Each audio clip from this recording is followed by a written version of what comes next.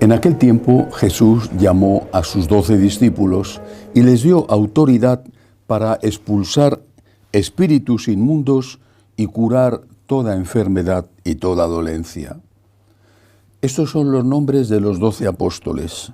El primero, Simón, llamado Pedro, y Andrés, su hermano, Santiago, el de Zebedeo, y Juan, su hermano, Felipe y Bartolomé, Tomás y Mateo el publicano, Santiago el de Alfeo y Tadeo, Simón el de Caná y Judas Iscariote el que lo entregó.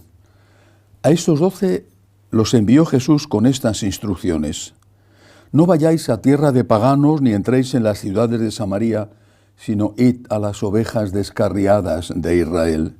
Id y proclamad que ha llegado el reino de los cielos. Palabra del Señor. Gloria a ti, Señor Jesús. Este evangelio es del Evangelio de San Mateo, el relato de la institución de los 12 apóstoles. Aparte de la personalidad especial de cada uno, hay algo que les hace iguales a todos. Son seres humanos. No son ángeles del cielo, son seres humanos. Uno era de una manera, el otro de otra. Uno era un jovencito, seguramente aún un adolescente, San Juan, y otro era un hombre ya casado, San Pedro.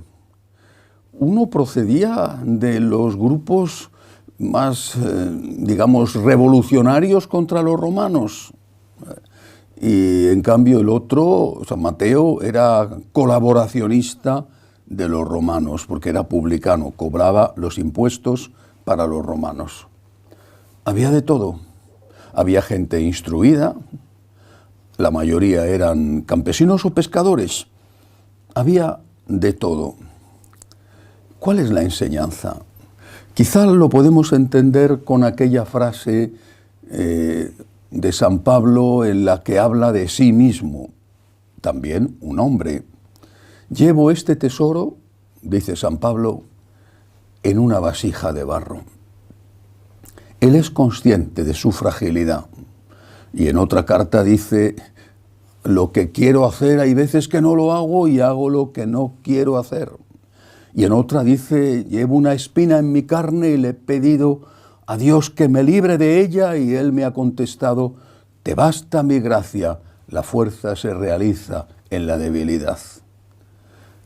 12 seres humanos. En cambio, nosotros no queremos que los sacerdotes o que los obispos sean seres humanos.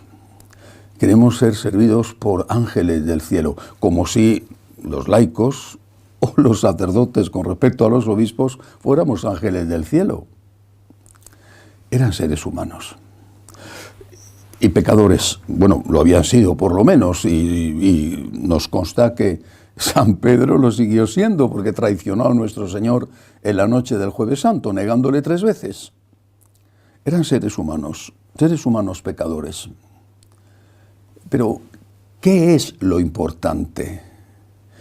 Porque si nos fijamos en la vasija de barro, podremos ver una vasija de barro más o menos bonita o más o menos agujereada, frágil.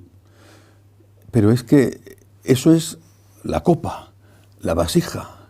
Lo que debemos tener en cuenta no es el recipiente, sino el contenido.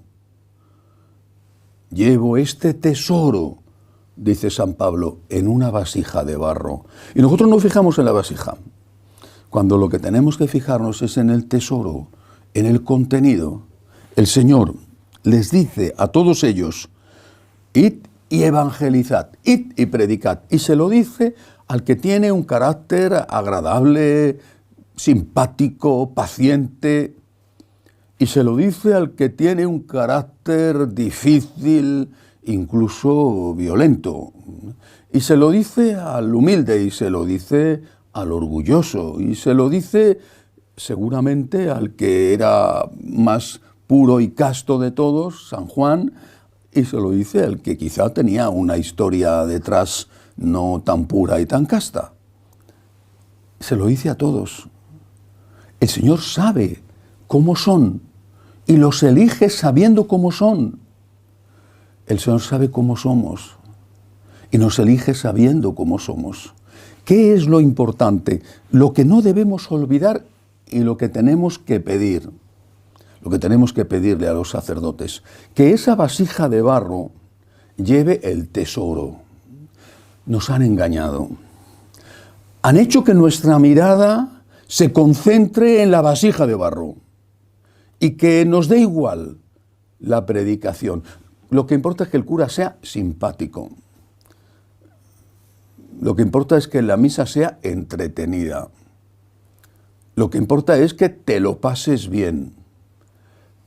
Yo para ir a un entretenimiento me voy al cine o me voy a un espectáculo o me voy a pasear a la montaña.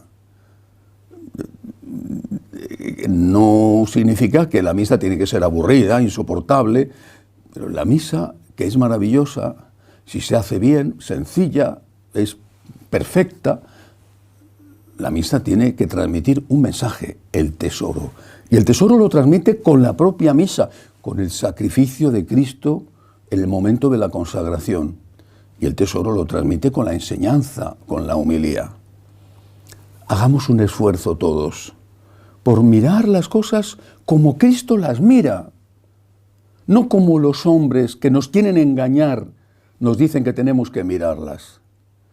Miremos las cosas como Cristo las ve, como Cristo veía a estos 12 apóstoles, hombres de barro, pecadores, a los cuales les pide, sin embargo, fidelidad en la transmisión de su doctrina.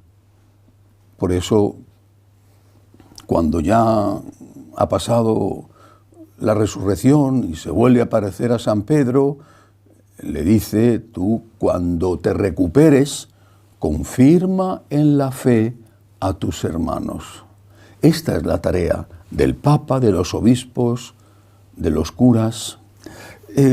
Me llama mucho la atención, seguramente nadie que me esté escuchando se sentirá implicado o afectado, que hay un sector de personas en la Iglesia, repito, posiblemente nadie de los que siguen estas misas y estas homilías, hay un sector de personas en la Iglesia que consideran que por decir que hay que ser fieles a la doctrina de Cristo, estoy siendo contrario al Papa. Por decir que hay que ser fieles a Cristo, estoy siendo enemigo del Papa. Es espantoso. Esas personas, ¿qué piensan? Si tú pides fidelidad a Cristo, ¿eso implica estar en contra del Papa? Esas personas, ¿qué es lo que piensan del Papa? Ellos, que supuestamente están a favor del Papa, ¿qué piensan del Papa? Que es el principal enemigo de Cristo, no lo pienso yo, lo piensan ellos. Pedimos fidelidad a Jesucristo. Y eso es lo que debemos de pedir. Y no fijarnos tanto en el barro, en que está hecho la copa, el vaso. Fijémonos en el contenido. Eso es lo que tenemos que pedir. La doctrina, la fidelidad a Jesucristo. Y eso hay que pedirlo a todos. El Papa, los obispos, los curas, los catequistas, todos aquellos que hemos recibido el encargo de transmitir la fe. Pidamos fidelidad a Jesucristo y mientras tanto intentemos, porque eso hay que intentarlo todos los días y hay que intentarlo todos, que la vasija sea lo mejor posible y no tenga grietas por las que se derrame el precioso contenido que lleva dentro. Que así sea.